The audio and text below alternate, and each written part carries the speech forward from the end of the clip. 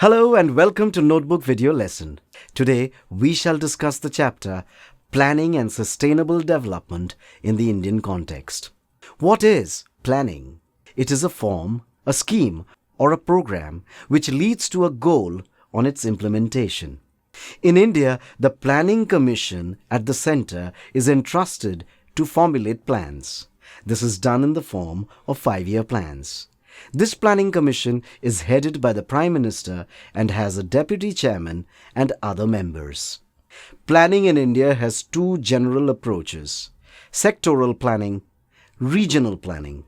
Sectoral planning involves the formation and implementation of a scheme or program for the development of the various sectors of the economy, such as manufacturing, agriculture, irrigation, transport, power, communication, construction, and infrastructure.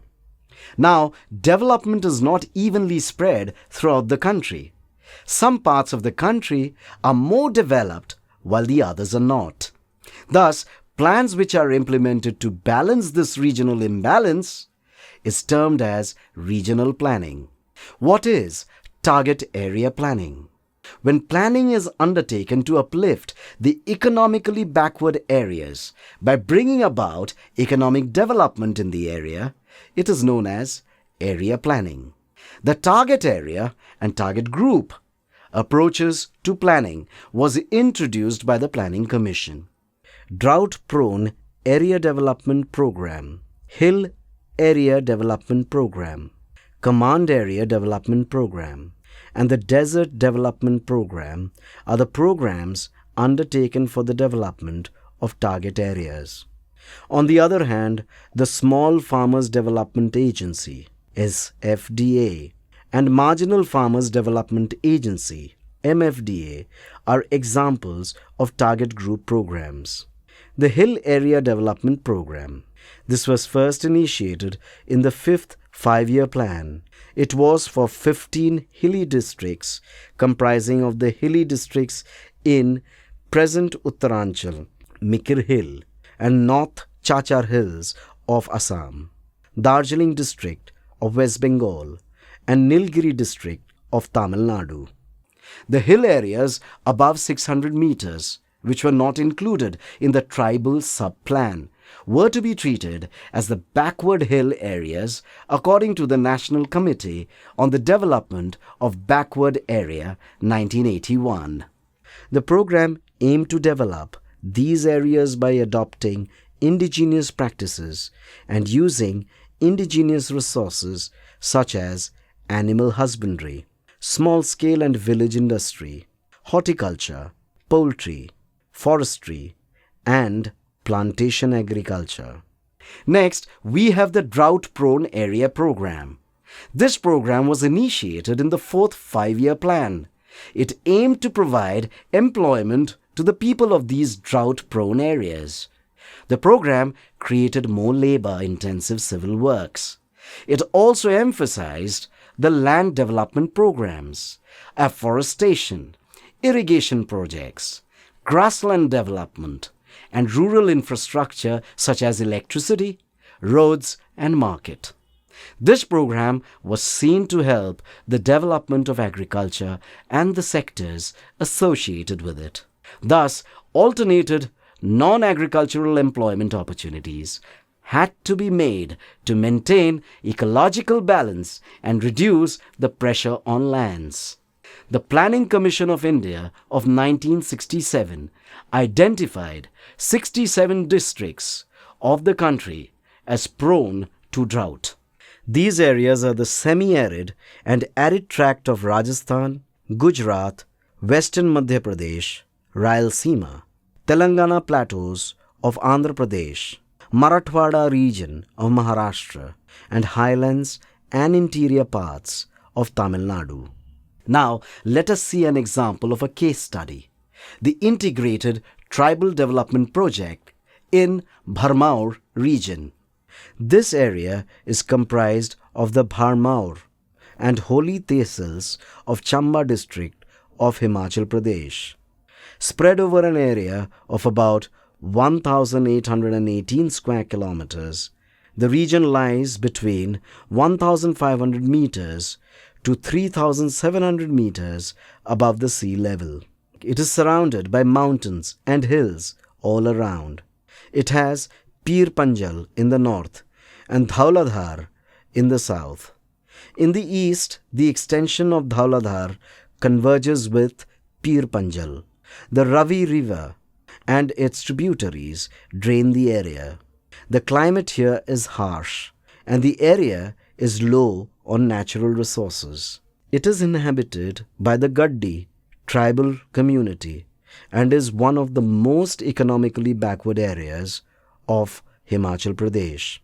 According to the 5th Five-Year Plan, which introduced the tribal sub-plan of 1974, Bharmaur became one of the 5 integrated tribal development projects in Himachal Pradesh. The development of transport and communications, agriculture, social and community services was given utmost importance. Schools, healthcare facilities, roads, communication have been established as a result of this program. Several social benefits such as the spread of literacy, improvement in sex ratio, and decline in child marriage have also been noticed. However, the villages which have benefited most are located along the river Ravi in Holi and Khani. Remote villages such as Tunda and Kukti areas have not benefited much. Our next topic of discussion is sustainable development. Development is a dynamic concept which has changed over time. Initially, it was meant just the economic growth of a country, but later the concepts of redistribution and equity were incorporated in the holistic definition of development. Man has progressed with time, and so has technology. However, it has become important, now more than ever, to maintain a balance between our ecology and our lifestyle. Thus, the idea of sustainable development was identified in the late 1960s. The publication of The Population Bomb by Eldridge in 1968 and The Limits to Growth by Meadows and others in 1972 made environmentalists wake up and take notice of the fast corroding environment. Hence, several sustainable development practices or models of living came to be conceptualized. The Brundtland Report of 1987, titled Our Common Future, defines sustainable development as a development that meets the needs of the present without compromising the ability of future generations to meet their own needs. Let us take a look at another case study, which is Sustainable Development Program. Indira Gandhi Canal, Nahar, Command Area. It was previously known as the Rajasthan Canal. The idea of this project was conceived by Kanwar Sen in 1948, and the canal project was started on 31st of March 1958. Starting at the Harike Barrage in Punjab, this canal runs parallel to the Pakistan border at an average distance of 40 kilometers in Thar Desert, Marusthali of Rajasthan. It caters to a total of 19.63 lakh hectares of cultivable land. The construction was carried out in 2 parts or stages. Introduced in the early 1960s, the command area of Stage 1 lies in Ganganagar, Hanumangarh and northern part of Bikaner districts. It covers an area of 5.53 lakh hectares. The command area of Stage 2 began irrigating in mid-1980s and is spread over Bikaner, Jaisalmer, Barmer, Jodhpur, Nagaur and Churu districts. This covers an area of 14.10 lakh hectares. 70% of the irrigation is done by flow system and the rest by lift system. In the lift canal, the water is lifted up to make it flow against the slope of the land. All the lift canals originate on the left side of the main canal, while the flow canals originate in the right banks. This project has vastly changed the environmental conditions of the area.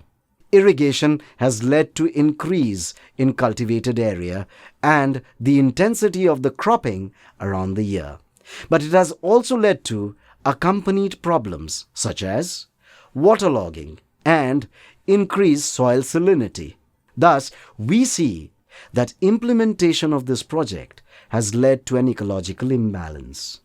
Several measures have been undertaken to promote sustainable development and restore ecological balance.